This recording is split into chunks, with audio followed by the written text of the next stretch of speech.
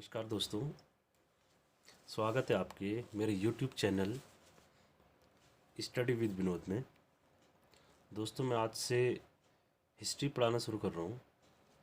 तो सबसे पहली बात यह है कि हिस्ट्री क्या होती है, इतिहास होता क्या है। सबसे पहली बात क्या है, इतिहास क्या होता है। तो इतिहास अतीत में बीती हुई घटनाओं का, अतीत में जो बीती हुई घटना है उनका वर्तमान परिप्रेक्ष्य में किया गया क्रमबद्ध अध्ययन ही इतिहास है। यानी कि अतीत में बीती हुई घटनाओं का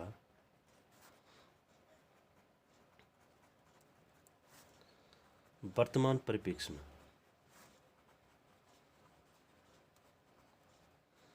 किया गया क्रमबद्ध अध्ययन इतिहास है। इतिहास को हम 3 भागों में बांटते हैं मुख्यतः। प्राक इतिहास, इसको बोलते हैं प्री हिस्ट्री, प्री हिस्ट्री। आद्य इतिहास,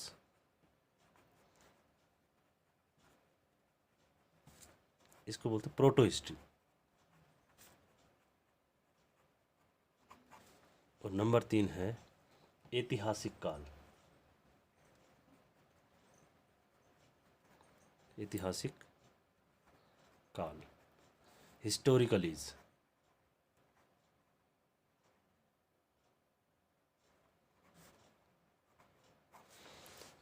प्राक इतिहास क्या होता है, इसमें मानव ने केवल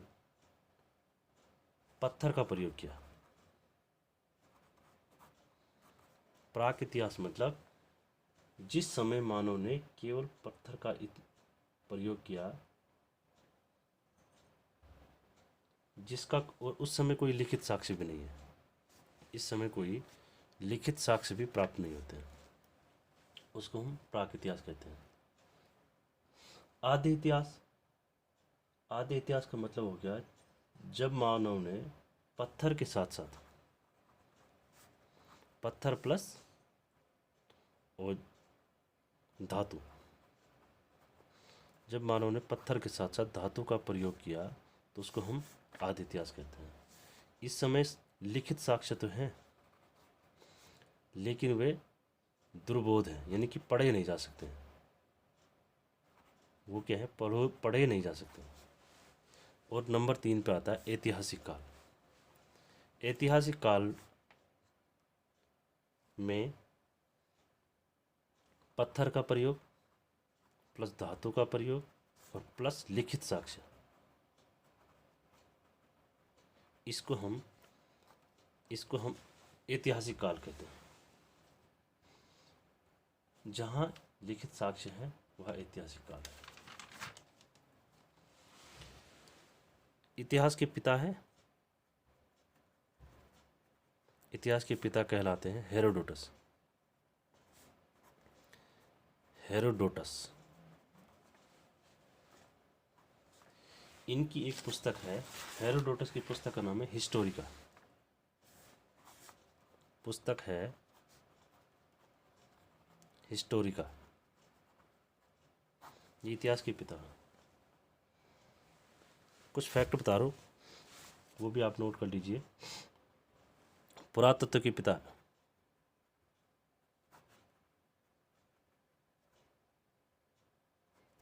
पिता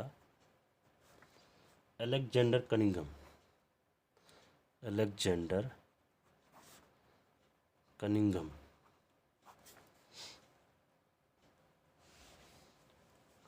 पुरातत्व का मतलब क्या होता है, पुरातत्व का मतलब होता है जब हम कहीं खुदाई करते हैं तो खुदाई में जो सामान हमें प्राप्त होता है उसे हम पुरातत्व कहते हैं।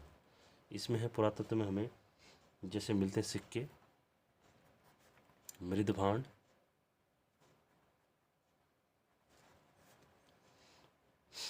मोहरें, मूर्तियाँ आदि। ये चीज़ें हमें जब हम कहीं आर्कियोलॉजिकल एविडेंस ढूंढते हैं तो ये चीज़ें प्राप्त होती हैं। और सबसे प्राचीन सिक्के हैं, सबसे प्राचीन सिक्के आहत सिक्के। आप इसका स्क्रीनशॉट भी ले सकते हैं। आहत सिक्के ये किसके, चांदी की धातु के बने थे। आहत सिक्के किसके बने थे, चांदी की धातु के। और ये सिक्के किसी राजाओं ने नहीं प्रचलित किए भाई, बल्कि ये श्रेणी संगठन है। ये आहत सिक्के जो है श्रेणी संगठनों के द्वारा जारी किए गए। श्रेणी संगठन मतलब क्या होता है, श्रेणी का मतलब होता है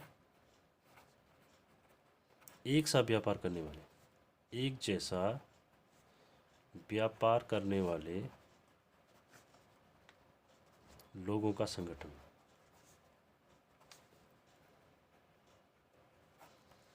इसको बोलते हैं श्रेणी। दोस्तों सिक्कों की बात आई तो मैं थोड़ा सिक्कों के बारे में आपको संक्षिप्त जानकारी दे देता हूँ। सिक्कों का इतिहास है, सिक्कों का इतिहास, सिक्कों का इतिहास। जो निश्चित आकार के सोने के सिक्के चलाए सबसे पहले, वो चलाए हिंदू यूनानी ने। निश्चित आकार के,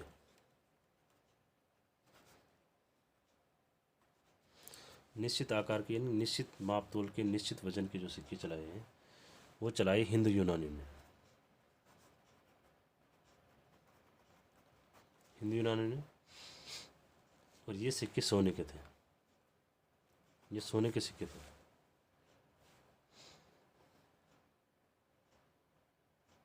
निश्चित आकार के चांदी के सिक्के चलाए हैं, निश्चित आकार के चांदी के सिक्के।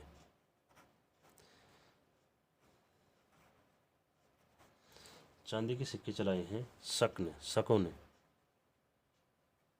शक यानी कि सीथियन। निश्चित आकार के तांबे के सिक्के, निश्चित आकार के तांबे के, तांबे के सिक्के चलाए, वो चलाए कुषाणों ने। कुषाण वंश भी आए थे यहाँ पे। कुषाणों ने चलाए निश्चित आकार के तांबे के। शुद्ध सोने के सिक्के जारी करने वाले कौन है, शुद्ध सोने के सिक्के, शुद्ध सोने के सिक्के जारी करने वाले कौन थे, कुषाण। ये इंपॉर्टेंट है। निश्चित आकार के सोने। सबसे अधिक सोने के सिक्के किसने जारी किए, सवाल पूछा जाता है कि सबसे अधिक सोने के सिक्के किसने जारी किए।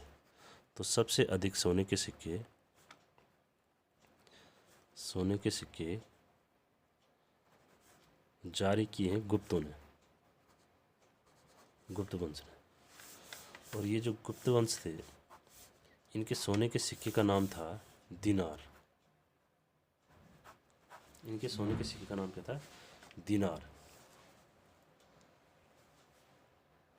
दोस्तों वहाँ पर सिक्कों का जिक्र आए तो मैंने सिक्कों का इतिहास भी आपको बता दिया। वैसे अब हम पढ़ते हैं कि प्राक इतिहास, इतिहास को कितने भागों में बांटे। कालखंड के आधार पर सिक्कों को कितने इतिहास को कितने भागों में बांटा जाता है। तो प्राक इतिहास या प्राग इतिहास, ये प्राग या प्राग इतिहास, इसको 3 भागों में बांटा जाता है। ठीक है, 3 भाग कौन कौन से हैं, पुरापाषाण काल,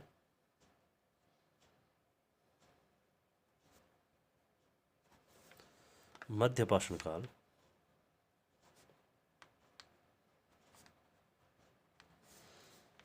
और नवपाषाण काल। नवपाषाण काल।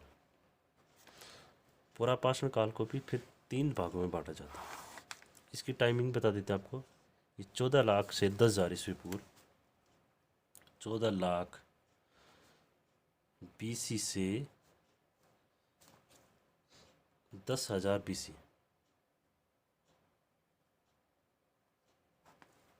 Before Christ. मध्यपाषाण काल है 40,000 BC से ईसा पूर्व बोलो या बीसी पूर्व, ईसा पूर्व से 10,000 ईसा पूर्व, ईसा पूर्व। नवपाषाण काल है आपका 9,000 ईसा पूर्व से 10,000 ईसा पूर्व, 1000 बीसी।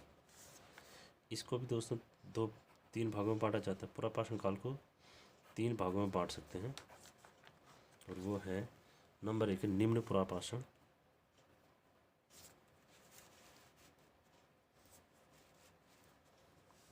निम्न पुरापाषाण काल। इसका टाइम पीरियड है 14 लाख ईस्वी पूर्व से 1 लाख ईस्वी पूर्व।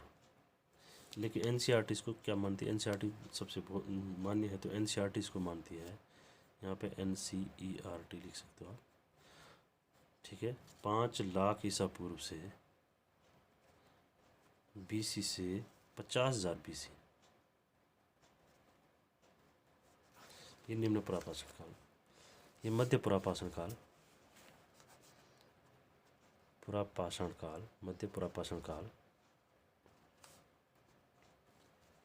एनसीईआरटी के हिसाब से बता देता हूँ आपको, 50,000 ईस्वी पूर्व से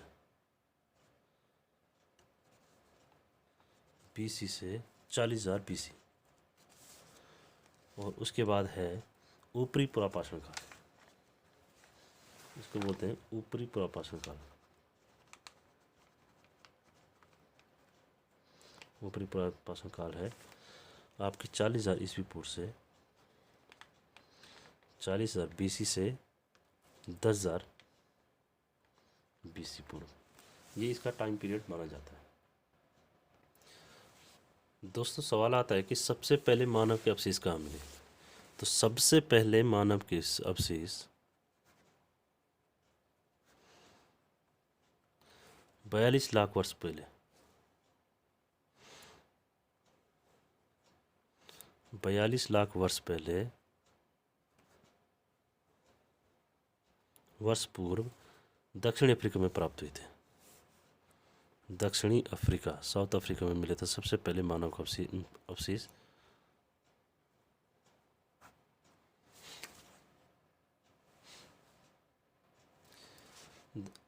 और सवाल उठता है कि एशिया में सबसे पहले मानव के अवशेष कहाँ मिले, तो एशिया में मानव के अवशेष सबसे पहले जावा में मिले।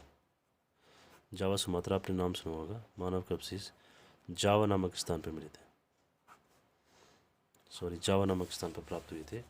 एशिया में सबसे पहले नर्मद घाटी हथनोर नामक स्थान से भी आदि मानव के अवशेष प्राप्त हुए थे। भारत में आदि मानव द्वारा प्रयोग किए जाने वाले औजार शिवालिक की पहाड़ी से मिले।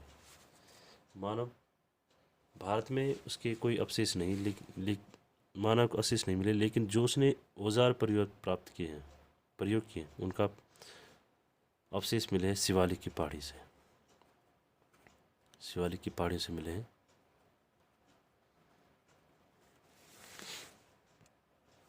दोस्तों एक सवाल आता है कि आधुनिक मानव जो होमो सेपियंस है वो किस काल का मानव है।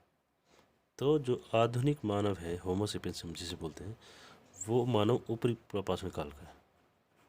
ऊपरी पुरापाषाण काल में होमो सेपियंस का जन्म हो गया था, ऊपरी पुरापाषाण काल में। मध्य पुरापाषाण काल के मानव ने, जो मध्य पुरापाषाण काल का मानव था, मध्य पुरापाषाण काल, इसने माइक्रोलिथ टूल्स का प्रयोग करता था। छोटे छोटे जो पत्थर थे माइक्रोलिथ्स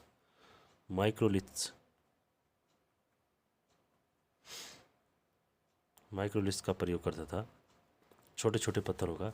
और इस माइक्रोलिथ्स की खोज किसने की थी, 1867 में C.L. कार्लाइल, इसकी खोज C.L. कार्लाइल ने की थी 1867 में।